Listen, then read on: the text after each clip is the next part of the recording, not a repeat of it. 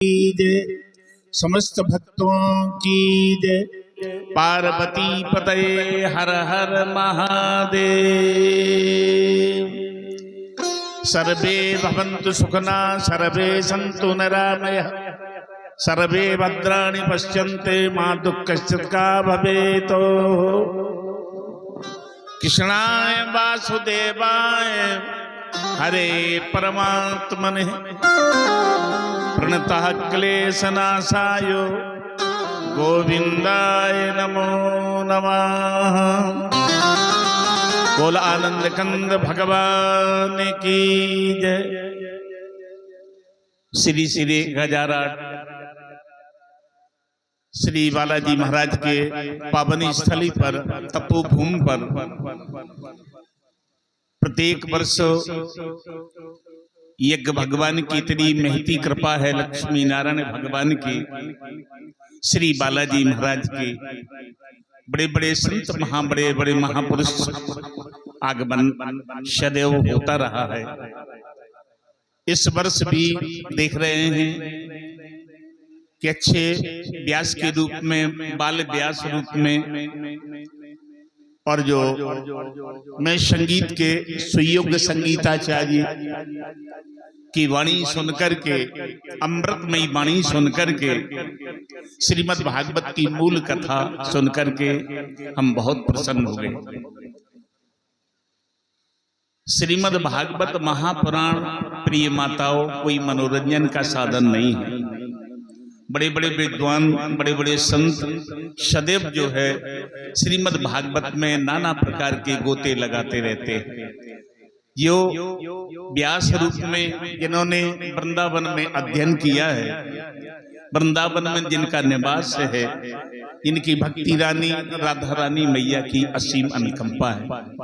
ऐसे बाल व्यास के रूप में और हम जो है हृदय से आशीर्वाद प्रदान करते हैं। उनकी वाणी अग्रसर प्रखर बनी रहे और इसी प्रकार उनका भागवत कथा की पिबतम भागवतम रसमाल्यम, वास्तविक जो है रसमयी कथा का आनंद स्वरूप में हमने वाणी को श्रवण किया है, मूल कथा। और ऐसा नहीं है कि संगीत ही संगीत होना चाहिए, संगीत है और हमारे सुयोग्य संगीताचार्य और जो व्यास के रूप में हैं वे अति आनंद, उनकी वाणी प्रखर वाणी सुनकर के हम बहुत प्रसन्न हो गए।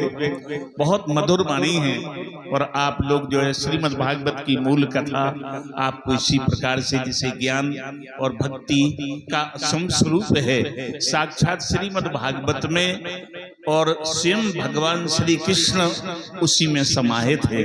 सरकार मूल कथा आज श्रीमद् भागवत महापुराण की अमृत कथा का 7वां दिवस है। हमने श्री बालाजी के चरणों में और जो है दिनांक 3 तारीख से और 10 तारीख तक इस महायज्ञ का संशोधन किया था। प्यारी माताओं बेटियों, हम तो निरंतर जाने माने ही आपके मुकाम क्रिया कला में निरंतर जो है सेवा का भाव बनता रहा। इसी प्रकार से और अच्छे अच्छे प्रवक्ता राम कथा कृष्ण कथा के रूप में और पधारते रहे।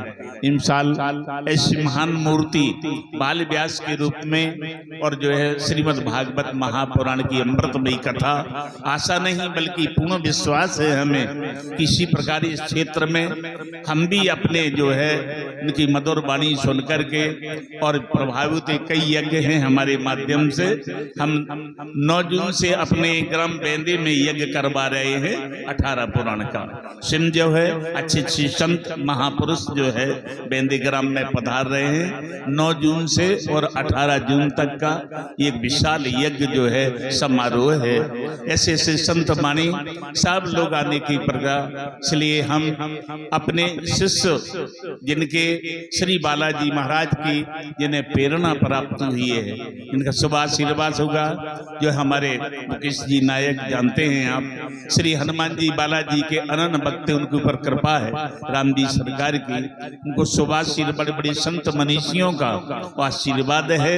और निरंतर जो है हमारा आशीर्वाद उन तक रहेगा कि प्रत्येक वर्ष इसी तिथि के अनुसार नगर के कल्याण करने के लिए, ग्राम के कल्याण करने के लिए, परिवार के कल्याण करने के लिए जन जन में और जो है राम कथा और कृष्ण कथा के माध्यम से उन्होंने विशेष रूप से सतत प्रयास किया है। सुयोग संगीताचार्यों का हमारा विशेष रूप से शुभ आशीर्वाद है।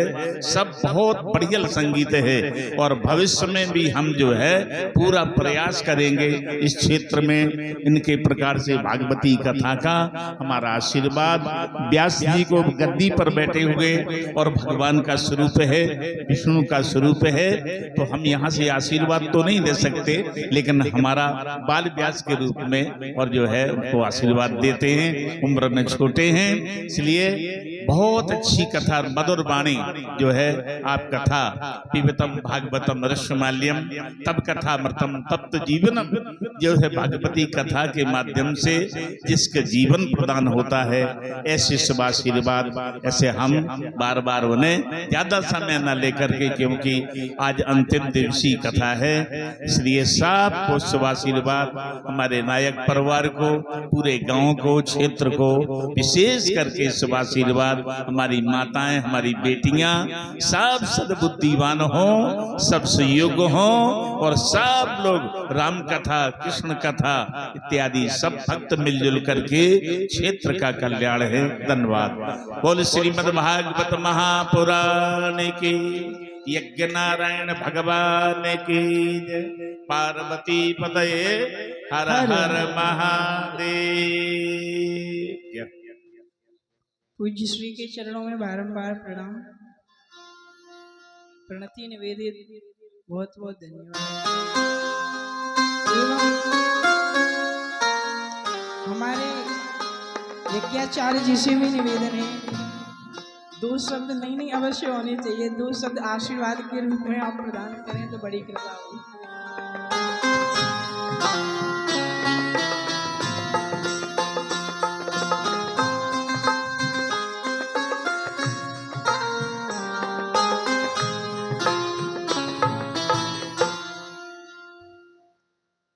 बोलिए सदगुरुदेव भगवान की, श्रीमद् भागवत महापुराण की, श्री व्यास जी महाराज की। सदगुरुदेव जी महाराज के मुखारबिंद से अभी आप लोगों ने आशीष वचन सुना। बहुत सुंदर कथावाचक भी आप विद्वान पुरुष हैं।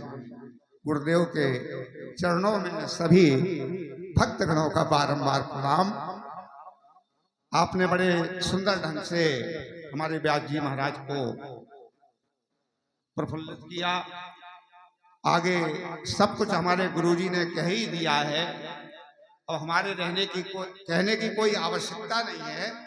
हम तो रोज ही आपको सुनते रहे हैं, और सुनने में जब मूल कथा मिली, थोड़ी अस्वस्थता के कारण नहीं सुन पाया हमने, यज्ञ में ही लगे रहे। फिर भी जितना भी समय मिला, घूमते फिरते, चलते फिरते आपकी कथा को श्रवण कर रहे हैं। सप्ताह भर आपकी कथा को श्रवण किया। बड़ी सुंदर आप कथा, मूल कथा कह रहे हैं, जो हम रोज जो है अपने यज्ञ मंडप से बोलते रहे कि समस्त ग्रामवासी आए, अपने बाल गोपालों को भी साथ में लेके आए, जिससे हम और आप तो सब कुछ जानते हैं, परंतु जो हमारे बच्चे आ रहे हैं, बाल गोपाल, ये बहनें और बेटियां, बच्चे आ रहे हैं, इन्हें भी ज्ञान प्राप्त हो रहा है कथा के माध्यम से। बोलिए सदगुरुदेव भगवान की जय। बोलिए कि आचार्य जी महाराज की जय। हाँ, हम निवेदन करेंगे श्री व्यास जी के अपने अमृतमयी वाणी के द्वारा सुंदर जो विशेष कथा है भगवान की शुभारंभ करें। बढ़ियल संगीताचार्य सहयोग भजन को श्रवण कराएं।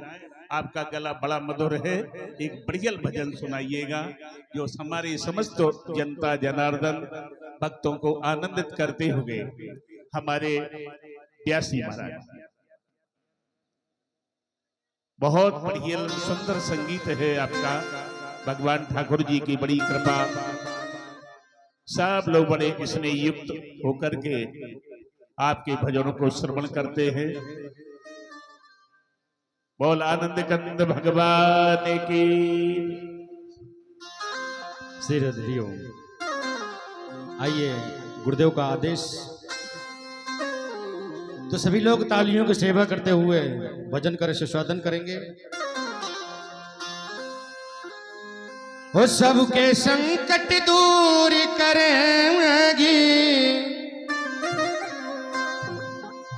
मैं बरसाने वाली। सबके संकट दूर करेंगी, तो बरसाने वाली। बजाओ बजाओ बजाओ राधा नाम की ताली, बजाओ राधा नाम की ताली।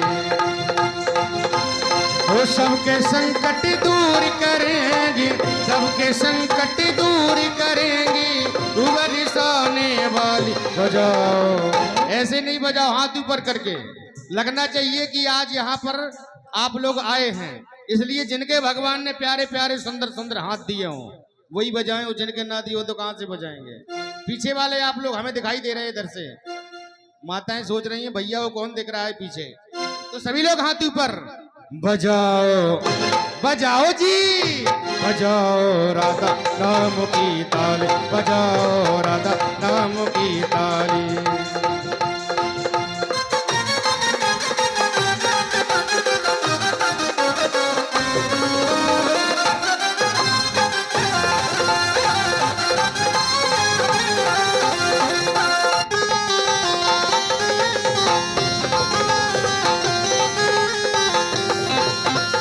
सृष्टि का आधार है राधा, करुणामयी सरकार है राधा।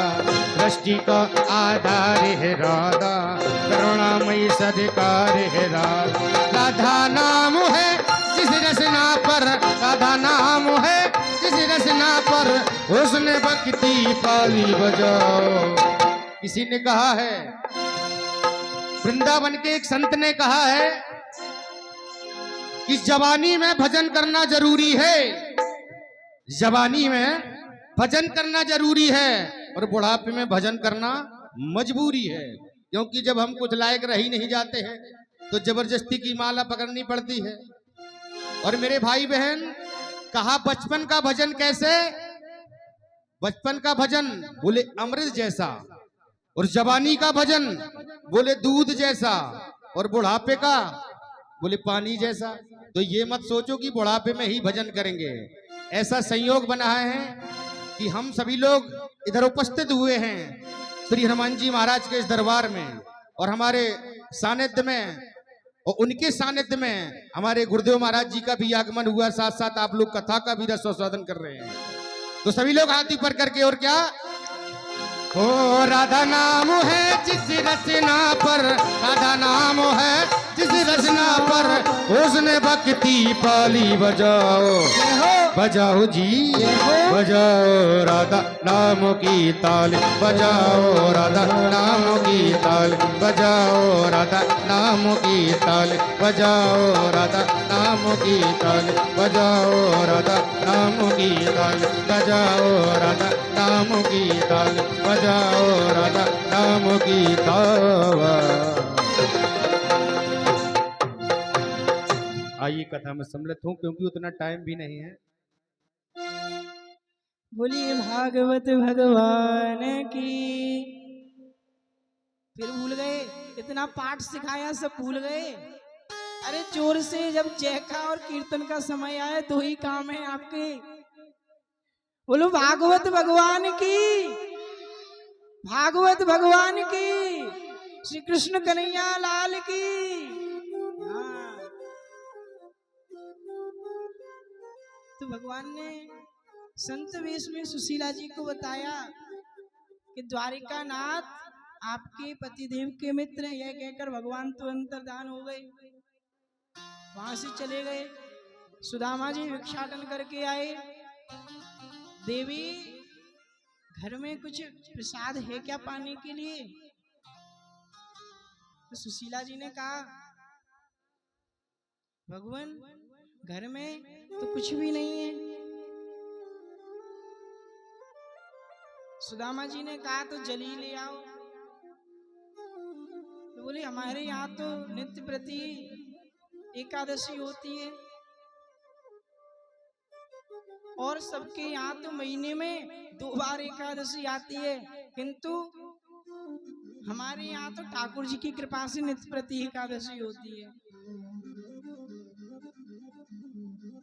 आज सुशीला जी ने श्री सुदामा जी के चरणों में प्रणाम करते हुए निवेदन किया, हे देव, मैंने सुना है कि द्वारिकानाथ भगवान श्री कृष्ण आपके बालकपन के मित्र हैं। सुदामा जी ने कहा, हाँ देवी, जो तुम कह रही हो वह सत्य है। हमने साथ ही साथ अंकपात पे उज्जैन नगरी में गुरु सांदीपनि के यहाँ विद्याध्ययन किया है। तो भगवान इस समय वह द्वारिका के नाथ हैं, आप अपने मित्र के यहाँ चले जाइए ना। सुदामा जी ने कहा, बाबरी, विपत्ति के समय मित्र के यहाँ जाना नीति संगत नहीं है, और वो भी जब मित्र ऐश्वर्यशाली संपत्तिवान हो, ऐश्वर्यवान हो। इस समय तुम मुझे द्वारिका नाथ के समीप भेजना चाहती हो, वह क्या कहेंगे? सुशीला ने कहा, हे भगवान,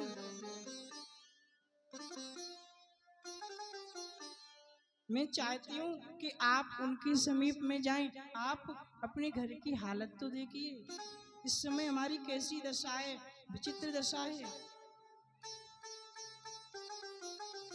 सुदामा जी ने कहा, अरे बाबरी, ये विपत्ति का समय है, भगवान ने हमको कुछ नहीं दिया तो यह उनकी परम कृपा है। कम से कम हम उनका भजन कीर्तन तो कर रहे हैं। यदि हमारे पास संपत्ति होगी तो हम भगवान को भूल जाएंगे।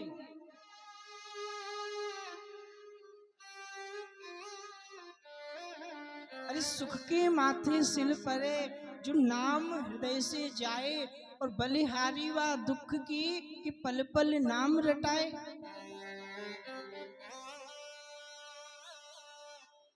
भगवान का भजन करो, कीर्तन करो। किंतु आज ब्राह्मणी सुशीला देवी ने कहा, भगवान आप कम से कम दर्शन तो करे आइए। जब दर्शन की बात कही तो सुदामा जी के मन में धन की तो कोई कामना नहीं है, किंतु उन्होंने कहा, इस बहाने से मैंने बहुत समय से भगवान के दर्शन नहीं किए, कम से कम मेरे मित्र के, उन कृपानाथ के करुणा निधान के मुझको दर्शन तो हो जाएंगे।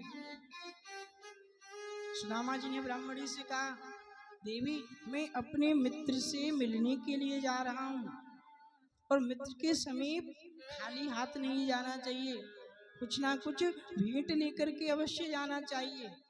इसलिए तुम्हारे पास कुछ है क्या?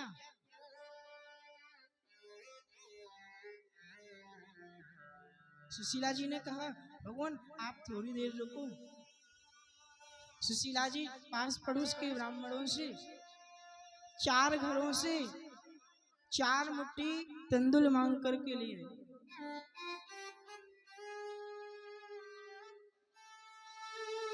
सुशीला जी की बुद्धिमानी देखिए, वे जानती हैं कि मेरे पति भगवान के समीप में जाकर के धन की कामना नहीं करेंगे, किंतु 4 घरों से 4 मुट्ठी तंदुल मांगे हैं, तो सबके यहाँ चावल एक से नहीं होते। 4 प्रकार के चावलों को, उन तंदुलों को भगवान देखेंगे तो अपने आप समझ जाएंगे कि ये मांग करके लाए हैं, तो अपने आप भी करुणा निधान कृपा कर देंगे। सुशीला जी 4 मुट्ठी तंदूर लेकर के आई। एक फटे पुराने घर में जो वस्त्र पड़ा हुआ था उसकी पोटली बांध करके सुदामा जी के हाथों में थमा दी। लीजिए महाराज।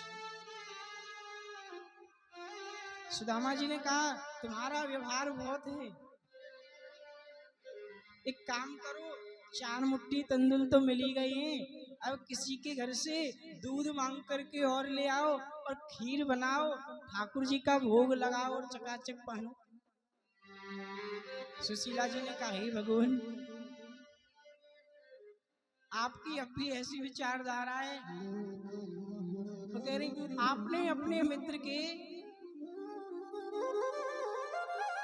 2 मुट्ठी चना खा लिए थे तो आपकी ये दशा है, अब उनके नाम से 4 मुट्ठी तंदुल आए हैं और इनको आप कह रहे खीर बना के भोग लगा के पा जाओ, तो फिर क्या ही होगा। सुदामा जी ने कहा अरे मैं तो प्रयास कर रहा था, जा रहा हूँ। ब्राह्मणी तुम अपना ध्यान रखना। सुशीला जी ने कहा ध्यान रखूंगी, आप जाओ तो सही, परंतु प्राणनाथ आप शीघ्रता में लौट के आना। सुदामा जी घर के बाहर ही निकले थे, ब्राह्मणी ने कहा शीघ्रता से आना। सुदामा जी फिर घर के अंदर आ गए, लो आ गया। अरे सुशीला ने कहा पहले जाओ तो सही, फिर लौट के आना, पहले भगवान के दर्शन करे आओ। सुदामा जी ने कहा अब जाने दोगी तब ना, तुम कह रही हो शीघ्रता से आना, अरे मैंने रास्ता थोड़ी ना देखा, भगवान उसका ध्यान करते हुए भजन करते हुए रास्ता पूछते पूछते द्वारिकानाथ के समीप में जाऊंगा। सुदामा जी भगवान का ध्यान भजन कीर्तन करते हुए आज गोमती नदी के किनारे आए, वहां देखा कि विशाल गोमती नदी की धारा बह रही है, कोई केवट का नहीं दिख रहा है जो उन्हें नदी को पार करा दे। भगवान का भजन करने लगे। भगवान ने कहा मेरा मित्र मुझसे मिलने के लिए आया है, तो आज कठिन कराल कलिकाल रूप काली नाग केसरी कलंक कले विश्व भरमायो है, दावानल द्राह द्रोह ईर्ष्या कपट धम्म प्रेम प्रीत लाव को नेह में भिगायो है, अघासुर बकासुर त्रिड़ावर्त मार दीने फिर मन मदपुरी पे सिक्ता जमायो है, कंस को हनैया श्याम प्रिया को रिझैया भव सिंधु को खिवैया आज केवट वन आयो है। सुदामा जी को नदी से पार कराने के लिए भगवान आज केवट बन करके आ गए स्वयं। नैया में बैठी है और कह रही है जग नैया हमार, नैया में हम हैं और हमें संसार, हम ही हैं नदिया हम ही किनार, हम ही हैं बटोही और हम ही खेवनहार, करें बिन पैसा पार। भगवान ने आवाज लगाई, बोलो गोमती नदी की धारा झुकी। इस प्रकार आवाज लगाते हुए भगवान आए। सुदामा जी उठ खड़ी हुई किनारे पे बैठे थे, भैया भैया भैया मेरी बात सुनो। केवट वाले भगवान ने कहा भैया कह भैया कहा बात है। सुदामा जी ने कहा अरे आप अभी गा रहे थे ना, करें बिन पैसा पार, इस समय मेरे समीप में कुछ भी नहीं है, तो आप मुझे गोमती नदी के इस पार से उस पार कर दो। तो भगवान ने कहा कुछ भी नहीं है तुम्हारे पास, ऐसा हो ही नहीं सकता। अरे भगवान किसी ना किसी को कुछ ना कुछ तो अवश्य देते हैं, तुमको भी दिया होगा। सुदामा जी कहते हैं हाँ दिया है। क्या दिया है? बोले दरिद्र नारायण दिए। तो केवट बनी भगवान कहते चिंता मत कर भैया, आज से अपना दरिद्र नारायण तू मुझे दे दे। सुदामा जी को अपनी नौका में बैठा लिया भगवान ने। पूछते हुए जा रहे भैया कहाँ जा रहे हो, कहाँ से आ रहे हो? क्योंकि मेरी नैया में बैठने का एक नियम है, क्या मैं बिना पैसा के उसे पार तो कर देता हूँ, किंतु उस बैठने वाले पथिक से, यात्री से मैं उसका नाम गाम पता ठिकाना, कहाँ से आ रहा है कहाँ जा रहा है सब पूछ लेता हूँ। सुदामा जी ने कहा भैया मुझसे मत पूछो, सबसे पूछ लेना। भगवान ने कहा तू का कोई अनोखो है तो ना पूछूं? मेरा नाम सुदामा है और मैं अपने मित्र से मिलने जा रहा हूँ। अच्छा भैया तेरे मित्र का नाम क्या है? सुदामा जी ने कहा आप हंसी तो नहीं करोगे मेरी? तो केवट ने कहा अरे भैया हंसी क्यों करूंगा, तुम बताओ तो सही। सुदामा जी ने कहा मेरे मित्र का नाम है द्वारिकानाथ श्री कृष्ण। तो वही श्री कृष्ण बने हुए केवट जोर से हंसने लगे। ओ भैया ने अपनी ओर देख और भगवान द्वारिकानाथ की ओर देख, कहां तू और कहां वो। भगवान थोड़ा सा प्रयास करते हैं, कहते हैं तन पे नहीं हो लगता हो चल दिए कलकत्ता।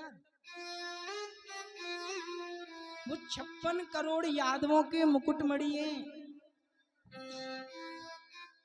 और तुम्हारी उनकी मित्रता कैसे हो सकती है? सुदामा जी ने कहा अब हो गई, अब ज्यादा बात मत पूछो, देखो पार आ गया है, गोमती नदी का किनारा आ गया है। मैं तुमको इतना बताते जा रहा हूँ कि हम एक ही गुरुकुल में साथ में विद्याध्ययन करते थे, तो हमारी मित्रता हो गई।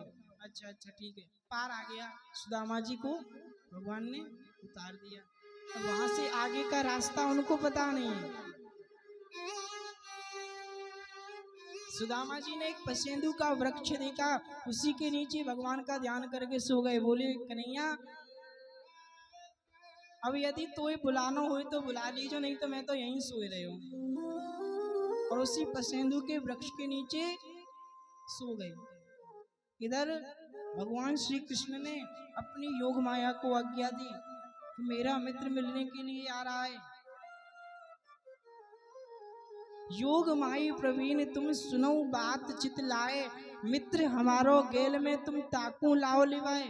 कि मेरा मित्र आ रहा है, पसेंदू के वृक्ष के नीचे गोमती नदी के किनारे शयन कर रहा है, उसके पैरों की बीमारी फटी हुई है, तुम अपनी माया से उसको वहां से उठा करके द्वारिकापुरी की प्रथम दौड़ियों तक पहुंचा दो। योग माया ने कहा जो आज्ञा प्रभु। योग माया ने एक क्षण में काम किया, सुदामा जी को वहां सोते हुए से उठाकर द्वारिकापुरी की प्रथम दौड़ियों तक पहुंचा दिया। प्रातः काल हुआ, द्वारिकावासी भगवान श्री कृष्णचंद्र की जय बोले।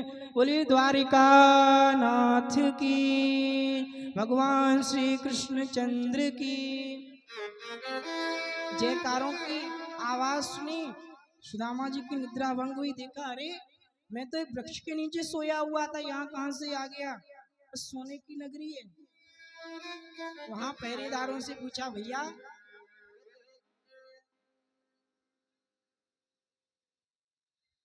ये कौन सा नगर है? अब गुजरात की ओर गए थे। द्वारपाल ने कहा भैया इनो नाम नगरी द्वारकापुरी 6। सुदामा जी आश्चर्यचकित हो गए। अरे मैंने तो सुना था एक ही द्वारकापुरी है, ये बता रहे एनो नाम नगरी द्वारकापुरी 6 द्वारकापुरी हैं। अब तो मेरी हालत खराब हो जाएगी, एक द्वारकापुरी को ढूंढने में इतना समय हो गया। तो द्वारपालों ने कहा भगवान जैसी प्रदेश बदलता है तो भाषाएं भी बदल जाती हैं। गुजराती में है कुछ 6 कहते हैं, तो ये द्वारकापुरी है। तो सुदामा जी को संतोष हुआ, हाँ ठीक है द्वारकापुरी में आ गई। भैया हमारे मित्र रहते हैं, उनसे मिलने जाना है। द्वारपालों ने कहा भगवान आप ब्राह्मण देव हैं और ब्राह्मणों के लिए द्वारकापुरी में कोई रोक टोक नहीं है, आपके मित्र यहीं कहीं रहते होंगे, आप नाम पता बता दीजिए, हम जानते होंगे तो बता देंगे, नहीं तो आप किसी और से पूछ लेना। सुदामा जी ने कहा मेरा मित्र कोई साधारण नहीं है, तो नाम तो बताओ। मेरे मित्र का नाम है श्री कृष्ण। इस प्रकार कहा तो द्वारपालों ने कहा सुदामा जी से भगवान ब्राह्मण देव यहाँ उनका नाम बड़ी बड़ी उपाधियों के सहित बड़े आदर के साथ लिया जाता है, द्वारकापुरी के राजा हैं। तो कैसे लिया जाता है? सभी यादवों के मुकुटमणि, 56 करोड़ यादवंशियों के यदु तिलक, द्वारिकानाथ भगवान श्री कृष्णचंद्र, ऐसे नाम लिया जाता है उनका। सुदामा जी ने कहा भैया अब वह यहाँ का राजा हो गया है, हमारे साथ जब पढ़ता था तो हम तो उसे कृष्ण कहकर ही बुलाते थे। विद्या अध्ययन साथ में किया, कितने उद्यम हमने साथ में किए। जब ब्राह्मण देव आप अपना नाम बताइए, हम भगवान द्वारिकानाथ को खबर करते हैं।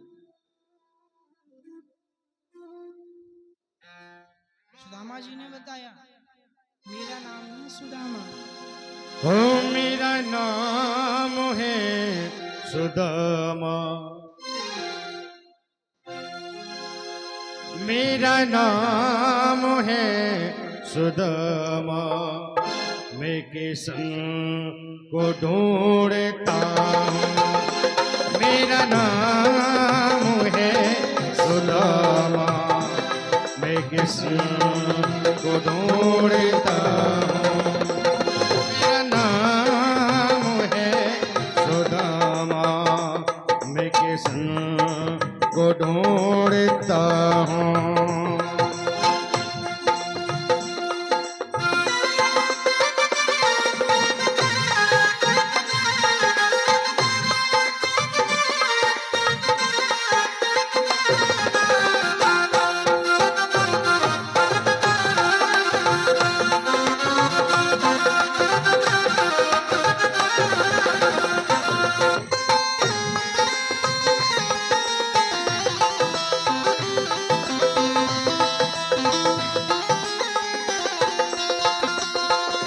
द्वारिका में आया मैं सुन के वचन, देखा जहाँ मेरे राधा रमन। द्वारिका में आया मैं सुन के वचन, देखा जहाँ मेरे राधा रमन। बड़ी दूर से मैं आया, बड़ी दूर से मैं आया, उसके सन को ढूंढता हूँ। मेरा नाम है सुदामा, उसके सन को ढूंढता हूँ।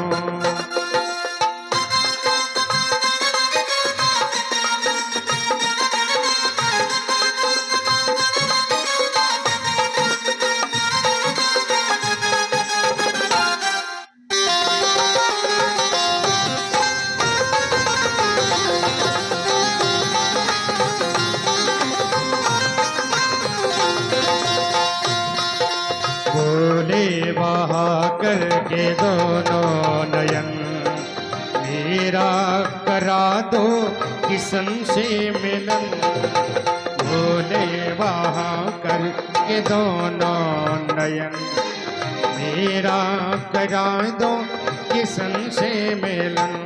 दर्शन किया प्यासी, दर्शन किया प्यासे, उसके संग को ढूंढता हूँ। मेरा नाम है सुदामा, उसके संग को ढूंढता हूँ, उसके संग को ढूंढता हूँ, उसके संग को ढूंढता।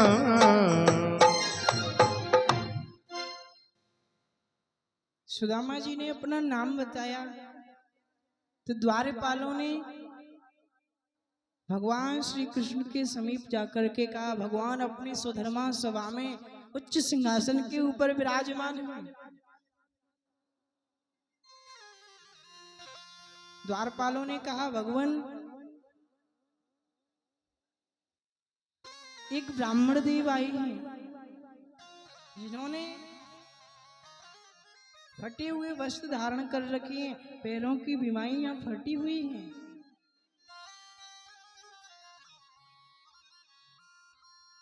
धोती फटी सी लटी दुपटी, पाँव पाहन की नहीं सामा, आई खड़ो द्विज दुर्बल एक, रयो चक्षो वसुधा अभिरामा, पूछत दीन दयाल को धाम, बतावत आपनो नाम सुदामा। भगवान एक ब्राह्मण देव आए हैं और आपसे मिलने की बात का क्रम कह रहे हैं। उन्होंने अपना नाम सुदामा बताया है। भगवान ने सुना, कहा कि भैया सुदामा मुझसे मिलने के लिए आए हैं, तो अपनी सभा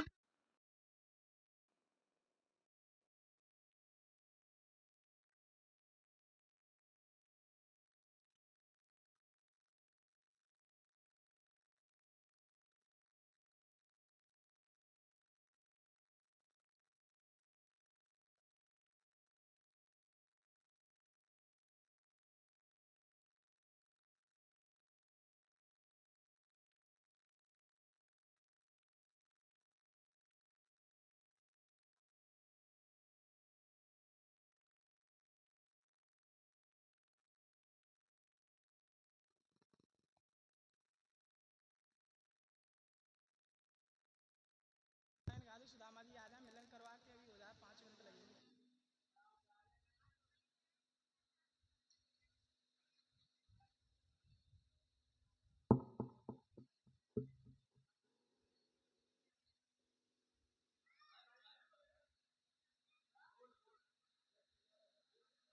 श्री राधे बोलिए द्वारिका नाथ की।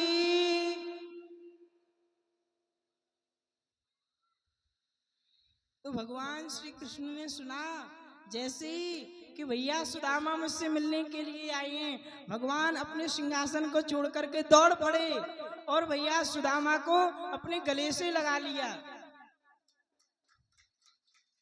सुनते ही दौड़े चले आए मोहन, लगाया गले से सुदामा को मोहन।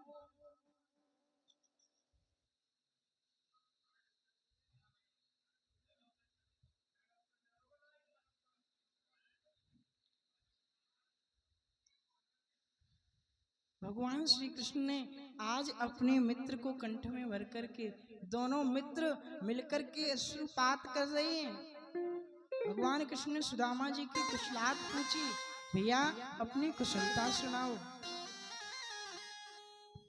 सुदामा जी को भीतर महलों में लेकर के आए। आज जिस सिंहासन पर भगवान श्री कृष्ण स्वयं विराजते थे, देवराज इंद्र समस्त देवताओं के सहित अपने मुकुट से जिनकी चरण चौकी को साफ करते थे, आज अपने उस दिव्य सिंहासन पर भगवान श्री कृष्ण ने सुदामा जी को बिठाया। चरण प्रक्षालन किए, रुक्मणी जी से पात्र मंगाए, किंतु उन पात्रों को हाथ से छुआ भी नहीं। आज भगवान ने अपने नेत्रों के अश्रुधार से ही सुदामा जी के चरण धुल दिए। कह रहे कैसे विहाल विवाइन सौ पग कंटक जाल लगे पुन जोए, हाय महादुख पायो सका तुम आए इतना किते दिन कोई। भैया तुम यहाँ क्यों नहीं आए? चरण धो करके उनके चरणामृत का पान किया, अपने आप को धन्य माना। रुक्मणी जी सहित सभी पटरानियां अचंभित हैं कि ये कौन ब्राह्मण है, इसने अपने पूर्व जन्म में न जाने कितने पुण्य किए होंगे, जो कि आज भगवान श्री कृष्ण इसे अपने बड़े भाई बलराम के समान आदर दे रहे हैं। इसका प्रेम में भर करके आलिंगन किया और उस सिंहासन पर बैठा दिया। सभी पटरानियां आश्चर्यचकित हैं। कृष्ण जी ने सुदामा जी से पूछा, भैया अपनी कुशलात सुनाओ। सुदामा जी ने कहा, मैं सब प्रकार से कुशल मंगल हूं कन्हैया। भगवान ने कहा, तुम्हारा विवाह हो गया? हाँ भैया हो गया। तो कन्हैया तेरा विवाह है गयो? भगवान ने कहा, मेरा विवाह भी हो गया। भैया तो अपनी बहन के दर्शन करियो। तो कन्हैया ने कही, सभी को लाइन लगाने, भैया हमारे मित्र आए हैं, ब्राह्मण देव हैं, इनके चरण स्पर्श करो, आशीर्वाद ग्रहण करो। सर्वप्रथम रुक्मणी जी आई, प्रणाम किया। सुदामा जी ने आशीर्वाद दिया, सौभाग्यवती भव। जामवती जी आई, आशीर्वाद दिया। क्रमशः सत्यभामा, कालिंदी, मित्रविंदा, सत्या, नागिनजति, भद्रा, लक्ष्मणा, आठों पट रानियां आई, आशीर्वाद दिया।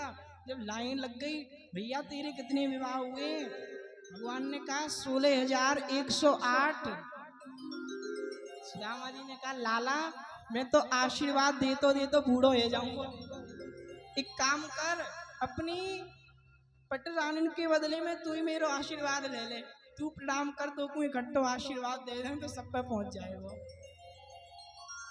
भगवान ने कही अच्छा भैया तुम्हारा विवाह हो गया? हाँ भैया है तो गए हो। तो भैया मेरी भाभी ने मुझे प्रेम से कुछ उपहार तो भेजा होगा। अब सुदामा जी देख रहे हैं सुधर्मा नाम की सभा में बड़े बड़े यदुवंशी राजा खड़े हुए, बड़े बड़े छत्रपति सम्राट भगवान को उपहार देने के लिए खड़े हुए, और मैं क्या लाया हूं? 4 मुट्ठी तंदुल। सुदामा जी को बड़ा संकोच हो रहा है। भगवान समझ गए मेरा मित्र बड़ा संकोची है, यह ऐसे नहीं देगा। तो भगवान छीना झपटी करने लगे और देखा भगवान ने कहते हैं आगे चना गुरु मात नहीं, तुम चावल लिए हमको नहीं देने। कृष्ण कयो मुस्काए सुदामा से चोरी की बान में हो जो प्रवीणे। पोटरी काख में चाप रहे तुम खोलत नाही सखारस वीने। पहले की टेव तेरी अजहू ना गई, जैसे कि भाभी ने तंदुल दीने। भैया तुम बड़े हो गए परंतु तुम्हारी चोरी छिपावे वाली आदत अभी तक नहीं गई। तुम्हारे अपनी काख में कुछ दबा रखा है, इस पोटरी को मुझे दो। सुदामा जी हाथ पांव हिला के रोकने का प्रयास करते हैं, किंतु भगवान ने छीना झपटी करके पोटरी को छीन लिया। भगवान के हाथों में आते ही वह वस्त्र रेशम के समान चमचमाने लगा, सुंदर हो गया।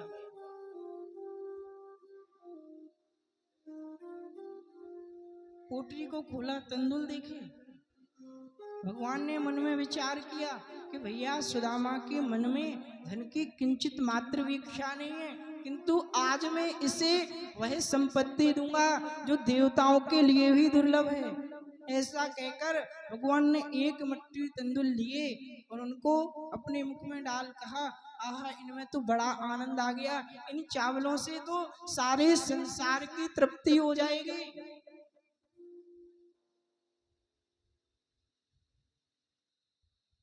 अणवप्युपहृदम नमे तोषाय कल्पते। यदि अभक्त मुझे प्रेम से महान वस्तु अर्पण करता है तो मैं उसे स्वीकार नहीं करता, किंतु प्रेमड़ा भूरियो में भवेत। प्रेम से मेरा भक्त मुझे एक तुच्छ वस्तु ही अर्पण करता है तो मैं उसे तुरंत स्वीकार कर लेता हूँ, क्योंकि पत्रम पुष्पम फलम तोयम यो मे भक्त्या प्रयच्छति तदहम भक्त्युपहृत मस्नामि प्रेतात्मना। मेरा भक्त प्रेम से भगवान कहते कुछ भी अर्पण करे, पत्रम पुष्पम, पत्र पुष्प, फल तोय जल, कुछ भी दे, मैं उसे अंगीकार ही नहीं करता बल्कि तुरंत उसका भोग लेता हूँ। ऐसा कहकर 1 मुट्ठी तंदुल खाए और भैया के लिए 1 लोक की संपत्ति दान में दे दी। 2 मुट्ठी खा करके 2 लोक की संपत्ति दान में दे दी। तीसरी मुट्ठी भरत ही रुक्मणी पकड़ियो हाथ। तीसरी मुट्ठी खाने लगे तो रुक्मणी जी ने दौड़ प्रार्थना करते हैं भगवान के चरणों में, हे प्रभु जन्म जन्मांतरों में आप ही मेरे मित्र बने, मैं आपका दास बनूं। वह संपत्ति तो स्वीकार कर ली, किंतु अनासक्त की भांति विषयों से रत होकर के भगवान के भजन में ध्यान बढ़ा दिया। महाराज हमको आपको संपत्ति मिले तो भगवान को भूल जाते हैं। सुदामा जी को संपत्ति मिली तो पहले के अधिक, पहले से और ज्यादा भजन करने लगे। पहले 4 माला टालते थे, अब 8 माला कर दिए। इस प्रकार सुदामा जी और सुशीला ने मिलकर के उन भोगों को भोगते हुए भगवान के चरणों का ध्यान करते हुए अंत में भगवान के उस योगी दुर्लभ परम पद को प्राप्त किया। बोलिए भगवान श्री कृष्ण चंद्र की जय हो। इस प्रकार सुखदेव ने महाराज जी ने राजा परीक्षित को भगवान की मित्रता के विषय में बतलाया, यह कथा सुनाई। आगे कथा सुनाते हुए कहते हैं कि एक बार सर्वग्रास नाम का सूर्य ग्रहण पड़ा, तो समंत पंचक नामक कुरुक्षेत्र में भगवान श्री कृष्ण अपने ब्रजवासियों से, नंद बाबा, यशोदा मैया, ग्वाल वालों से, राधा रानी से मिले। वहां सभी यदुवंशी और कौरव वंश में जो बचे थे, धर्मराज, युधिष्ठिर, पांचों पांडव, द्रौपदी, सभी का समंत पंचक क्षेत्र में मिलन हुआ। ये समंत पंचक क्षेत्र कुरुक्षेत्र में है। ये वही तीर्थ है जब भगवान श्री परशुराम ने 21 बार इस क्षत्रियों को पृथ्वी से विहीन कर दिया था, तो उनके रक्त से 5 कुंड बनाए थे।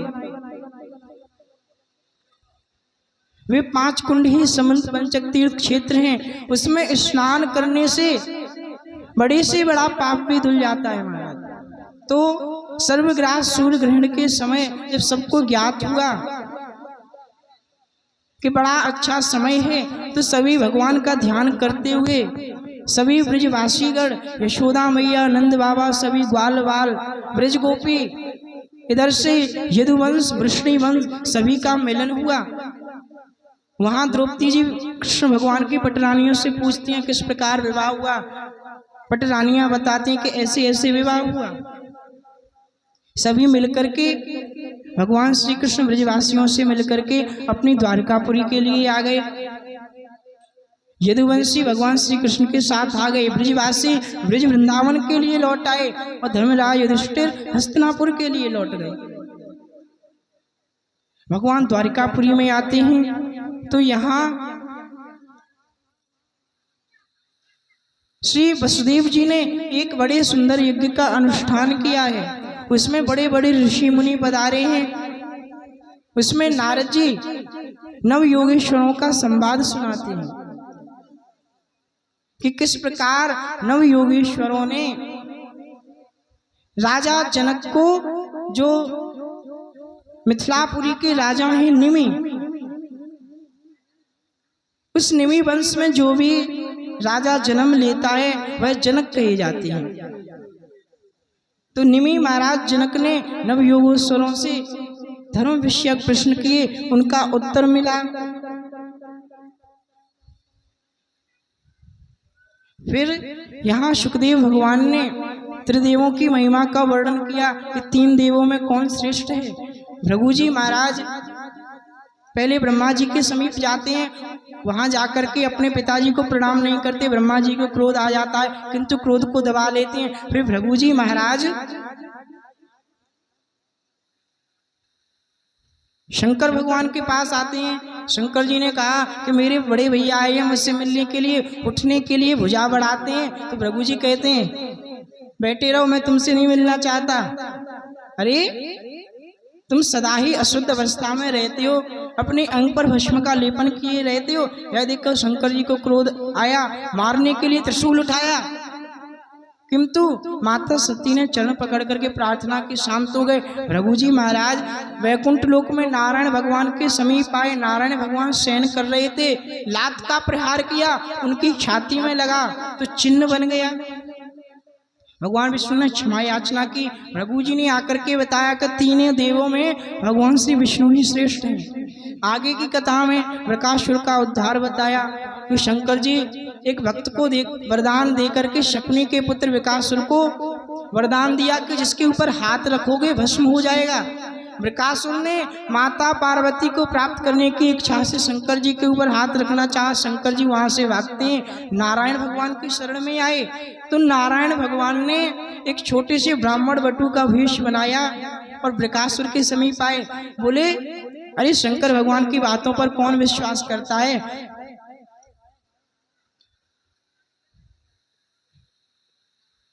वे तो सदा ही शरीर में बहुत रमाए हुए रहते हैं, उनकी बात पर इतनी जल्दी विश्वास नहीं करना चाहिए।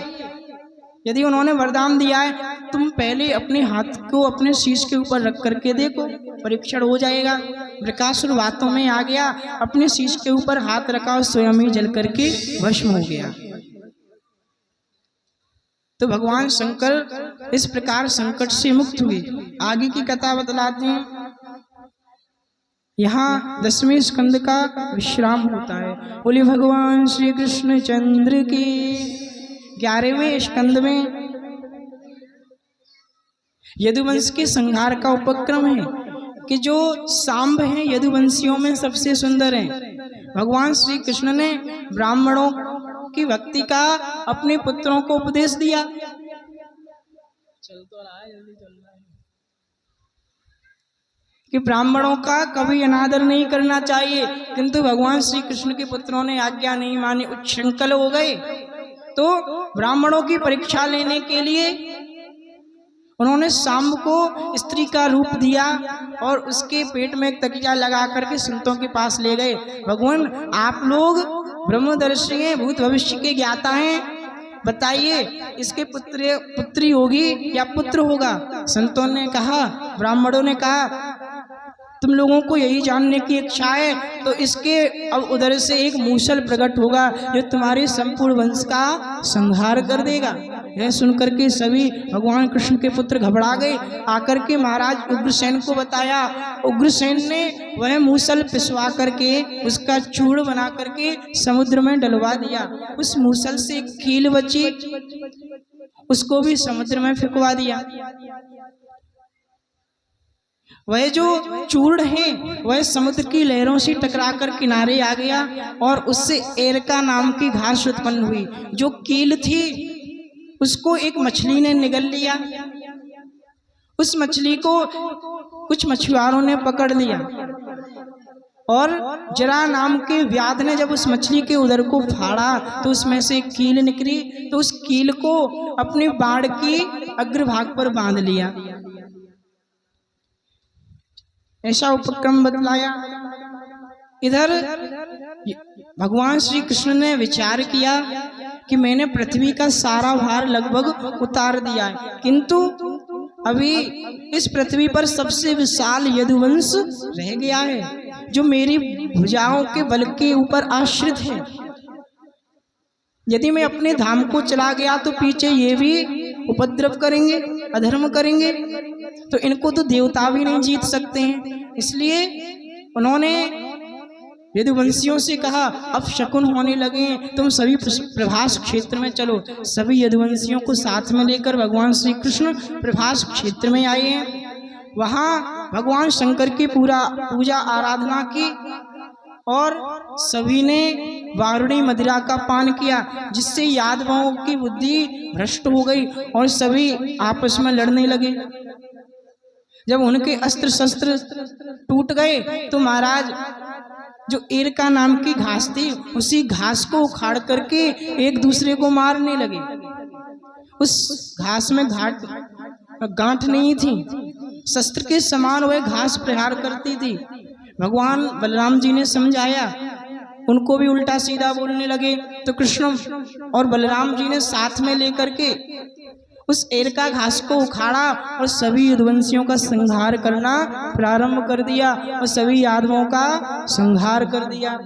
भगवान बलराम जी ने कहा, भगवान सभी यदुवंशियों का संहार हो गया है, अब मैं भी अपने शरीर को छोड़ करके अपने लोक के लिए जा रहा हूँ। भगवान बलराम जी ने प्रभास क्षेत्र के तट पर अपनी आत्मा को परमात्मा के चरणों में लीन करके इस शरीर को छोड़ के और भगवान के परम धाम वैकुंठ में अपने अनंत स्वरूप को प्राप्त किया। बोलिए अनंत भगवान की। भगवान श्री कृष्ण प्रभास क्षेत्र में आए, वहां उनके पीछे पीछे उद्धव जी आए। उद्धव जी ने कहा, भगवान आपके जानने के बाद आपका भक्त आपका किस प्रकार अनुभव कर सकेंगे। तो भगवान ने यहाँ उद्धव जी को भागवत जी का उपदेश दिया उपदेश को देकर के भगवान ने कहा तुम बद्रिकाश्रम चले जाओ और वहां अपने मन को समाहित करके मेरे चरणों में ध्यान लगा करके परम पद को प्राप्त करना। उद्धव जी के जाने के बाद वहां भगवान कृष्ण का सारथी दारुक आया। दारुक ने भगवान के चरणों में प्रणाम किया। भगवान को लेने के लिए उनके लोक से रथ आया था। भगवान ने कहा दारुक तुम इस रथ में बैठ करके मेरे लोक के लिए चले जाओ, मैं अभी आता हूं। भगवान अपनी 4 भुजा धारण करके पीपल के वृक्ष के नीचे बैठे हुए हैं। अपने दाहिने चरण को उन्होंने बाएं चरण पर रख रखा है, जंघा के ऊपर रखा है। तो उनके लाल लाल तलुए को देखकर जो जरा नाम का व्याध है उसने समझा कि ये किसी मृग का मुख है। बाण चला दिया। वह बाण आकर के भगवान के चरणों में लगा। समीप में आकर के देखा, अरे ये तो भगवान है। चरणों में गिर करके क्षमा याचना की, भगवान मुझे क्षमा कर दीजिए। तो भगवान श्री कृष्ण ने कहा इसमें तुम्हारा दोष नहीं है, तुम अपने पूर्व जन्म में वाली थे, तो मैंने बाण के द्वारा तुम्हारा वध किया था। अब उसी का बदला लेने के लिए तुम इस जन्म में जरा नाम के व्याध हुए हो। तो भगवान ने यहाँ कहा है कि मनुष्य को अपने किए हुए कर्मों का फल अवश्य ही भोगना पड़ता है, तुम चिंता ना करो। भगवान ने उस जरा नाम के व्याध को भी अपने लोक के लिए भेज दिया। उद्धव जी को उपदेश देके भगवान ने अपनी दिव्य ज्योति को इस चतुश्लोकी भागवत के ग्रंथ में प्रविष्ट कर दिया। बोली भागवत भगवान की। तो इस कलिकाल में साक्षात भगवान श्री कृष्ण का स्वरूप है ये श्रीमद् भागवत जी। इस प्रकार श्री सुखदेव भगवान ने राजा परीक्षित को भगवान का दिव्य चरित्र सुनाया और अंत में राजा परीक्षित से पूछते हैं, राजन अब तुम अपनी इस पशु बुद्धि का त्याग कर दो कि तुम इस शरीर से मरोगे। त्वं तु राजन मरिष्येति पशु बुद्धि मिमां जहि न जाता प्राग भूतोद्य देहवत्वं न नंक्ष्यसि। अरे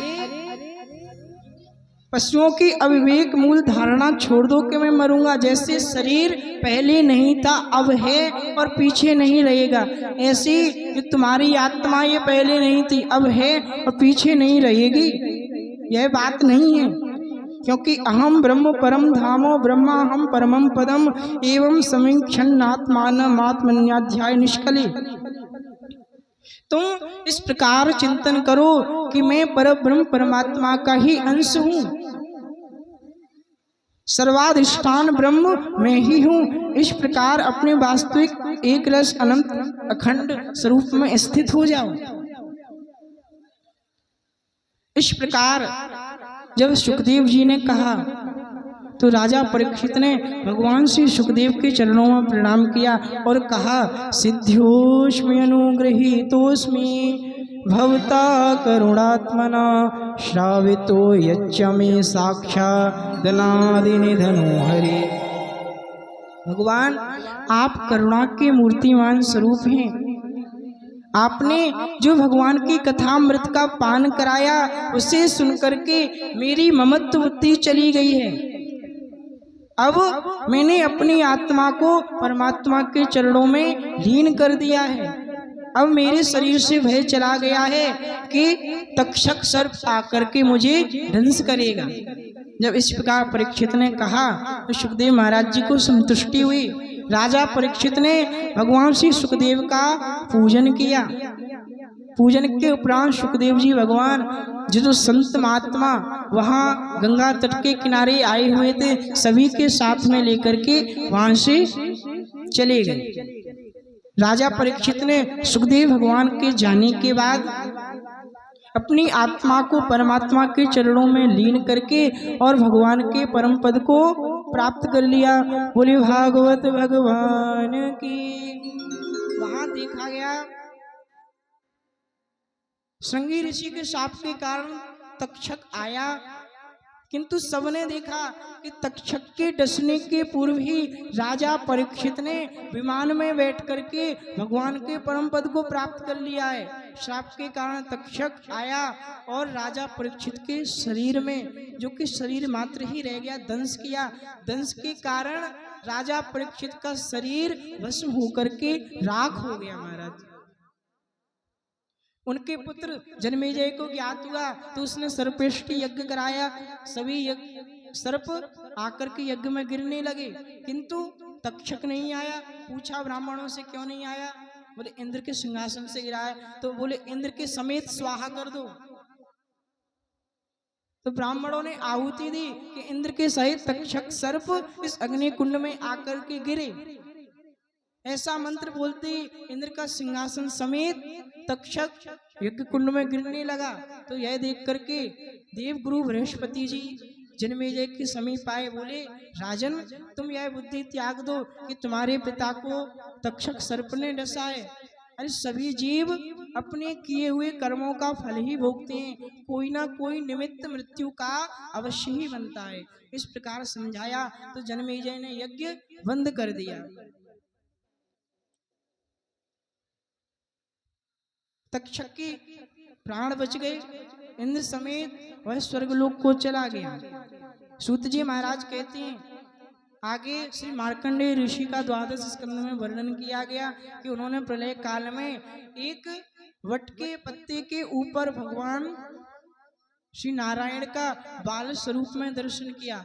इसे गाते हैं, आपके यहाँ मिलते होंगे पोस्टर चित्र, जिसमें भगवान श्री कृष्ण एक पत्ते के ऊपर शयन कर रहे हैं और वो अपने पैर का अंगुष्ठ अपने मुख में दिए रहते हैं। बटस्य पत्रस्य पुटे शयनम बालम मुकुंदम मनसा स्मरामि। मार्कंडेय भगवान को दर्शन करा करके यहाँ भागवत की 12 स्कंदों में किन किन का वर्णन किया गया, यह सूक्ष्म सूची है। आप सभी अब बड़े ध्यान से इस 7 दिवस में क्या सुनाया गया एकाग्र चित्त होकर के बड़े ध्यान पूर्वक श्रवण करेंगे।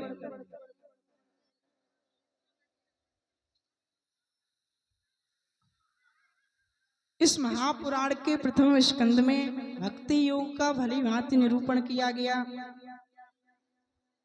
जिसमें कि राजा परीक्षित ब्राह्मण का शाप होने के कारण गंगा किनारे आकर के बैठते हैं।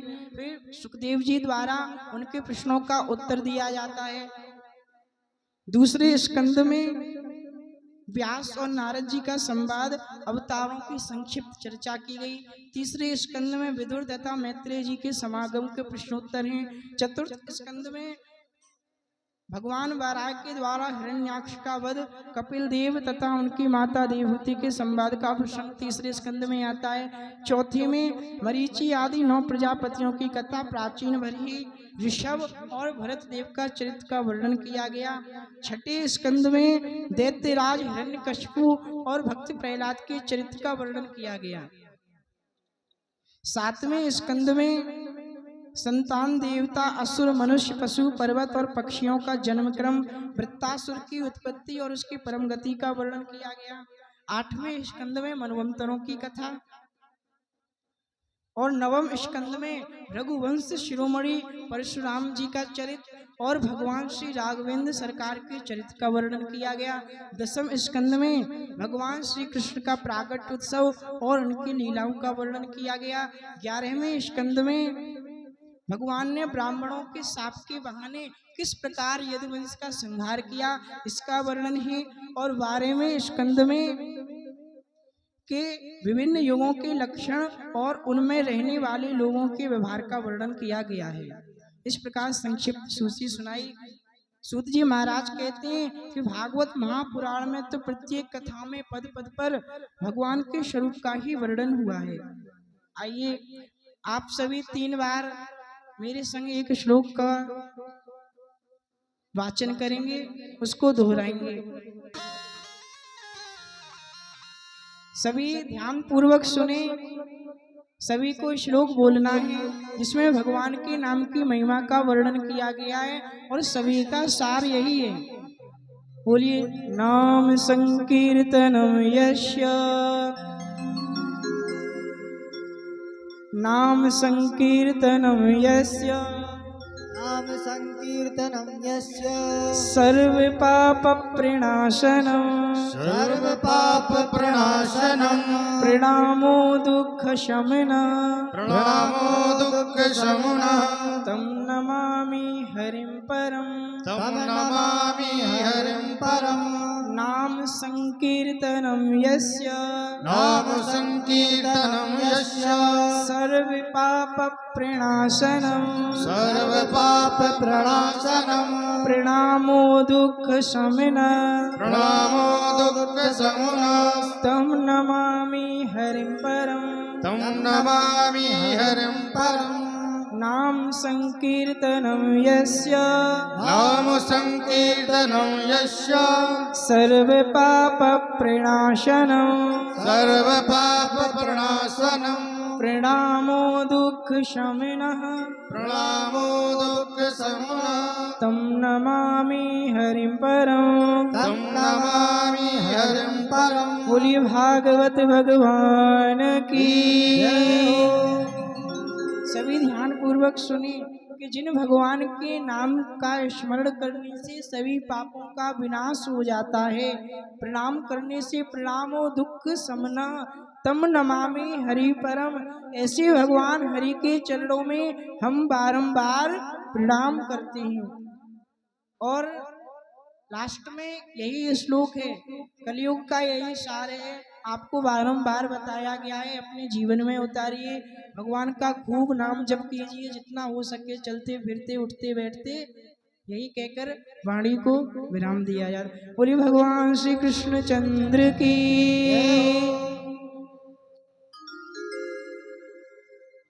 इस कथा में पधारने वाले सभी श्रद्धालु भक्तों का स्वागत है, वंदन एवं उनके हृदय कमल में विराजमान आप सभी के हृदयस्थ भगवान श्री कृष्ण के चरणों में बारंबार प्रणाम एवं इस संपूर्ण कार्यक्रम का आयोजन करने वाले उनको आप सभी